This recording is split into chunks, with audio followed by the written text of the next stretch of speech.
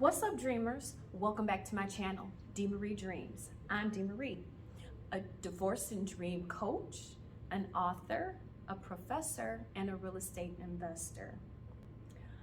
I wanted today to be about the reasons that some of us stay in unhealthy and toxic relationships.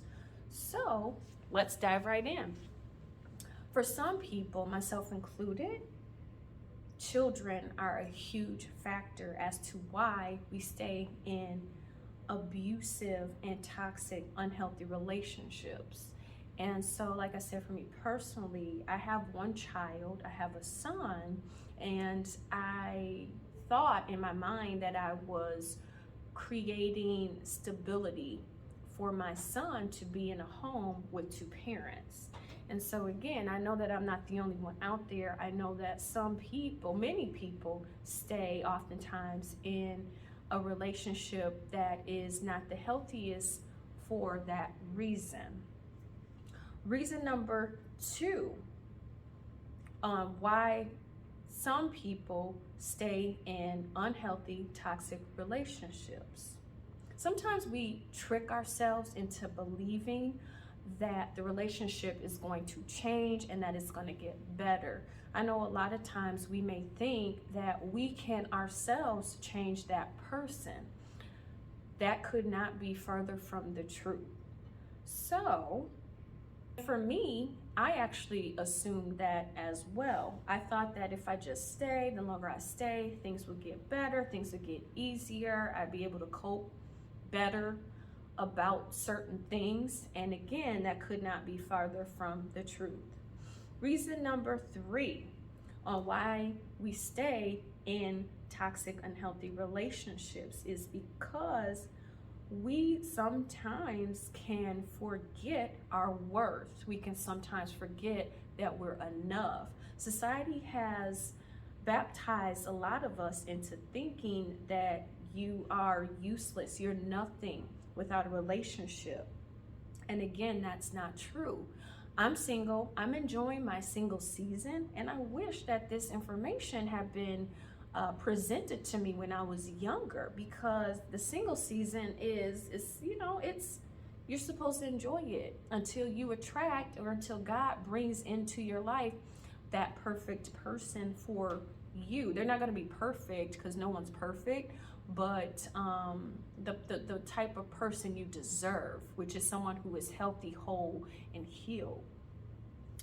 Reason number four, we don't realize sometimes what's happening until it's too late. A lot of times, emotional abuse is very subtle, and it's also, it destroys self-esteem. And so by the time you look up, you don't realize what's even happening to you until you look in the mirror one day and you don't even recognize yourself. That's what happened to me. And so a lot of times it might take years and years, if you were in that relationship for years, to start to recognize, and you wake up a little bit at a time and realize, whoa, wait a second, how did I get here? Reason number five, sometimes we just don't recognize that we're in a cycle, we're in a pattern. I have a divorce course coming up, and one of the modules talks about recognizing your pattern, and so you can break those generational curses. Something that many of us may be aware of or maybe not. We're living in generational curse. So sometimes the things that we're enduring is because our grandmother, our great grandmother, our mother endured it, and it just leaches onto us and we don't even know. So we don't even recognize that we're in toxic, abusive relationships.